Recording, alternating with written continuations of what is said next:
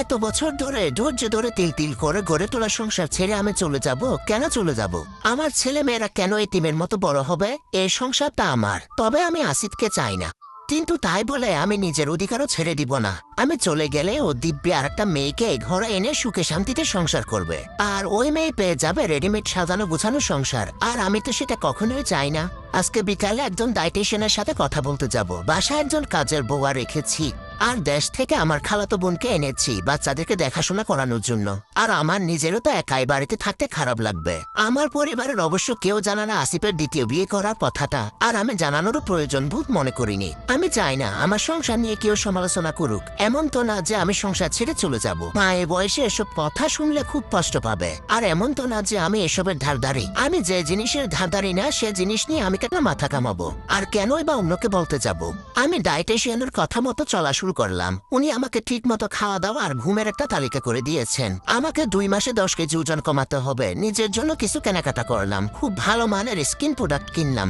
আজকে অনেক দিন পরে পার্লারে গেলাম, চুলার একটা কার্ড দিলাম, দেখে নিজের কাছে খুবই ভালো লাগছে।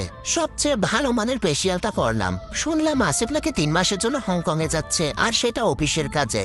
দেশে ফিরে নাকি সে বিয়েটা করবে, আর টাকা নাকি প্রতি মাসে ব্যাংকে চলে আসবে। কথাগুলো সে মেসেজ লিখে পাঠিয়েছে। আমি উত্তরে শুধু হুম বলেছি। অন্যান্যবার সে অফিসের কাজে দেশের বাহিরে গেলে আমি ওর ব্যাগ গুছিয়ে দিই। প্রচন্ড মন খারাপ করে ওর পাশে বসে কান্না করি, কিন্তু এইবার কোনো অনুভূতি হলো না। যাক, ওকে নিয়ে আর ভাবতে চাই না। ছেলে মেয়েদেরকে নিয়ে আলহামদুলিল্লাহ অনেক ভালো আছি। এখন আমি সময় মতো সবকিছু করার চেষ্টা করি, খাওয়া দাওয়া, নামাজ, ঘুম, গোসল সবকিছু। আমার ছেলে মেয়েরাও ইদানিং আমাকে জড়িয়ে ধরে বলে, আম্মু তোমাকে খুবই সুন্দর লাগছে। তখন আমি ওদেরকে জড়িয়ে ধরে বলি, তোমরা আমার চাইতেও অনেক সুন্দর। কিভাবে যে 2 মাস কেটে গেল নিজেও বুঝতে পারলাম না। আগের থেকে অনেক শুকিয়ে গেছি। ছেলে মেয়েদেরকে সাথে নিয়ে ছবি তুলে ননদের কাছে পাঠাতাম। আমি জানি ননদ সবকিছুই তার ভাইয়ের কাছে পাচার করে, আর আমিও সেটাই চাইতাম যে আসিফ আমাকে দেখুক। ঠিক তাই হলো। আসিফের কাছে আমার ছবিগুলো গেল। প্রায় 2.5 মাসের মাথায় আসিফ আমাকে মেসেজ করলো, কেমন আছো অনু?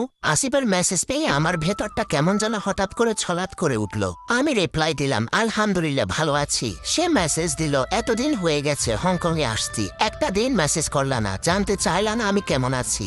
আমি তখন বললাম, আমি এখনো তোমার সেরকম গুরুত্বপূর্ণ ব্যক্তি হয়ে উঠতে পারিনি যে আমার খবর নেওয়া বা না নেওয়া তোমার সত্যি সত্যি কিছু এসে যাবে। এভাবে কাটতে লাগলো আমার দিনকাল। ছেলে মেয়েদের লেখাপড়ার সময় মতো নামাজ পড়া, বিকালে হাঁটতে যাওয়া, আর ছুটির দিনে ওদেরকে নিয়ে এখানে সেখানে ঘুরতে যাওয়া।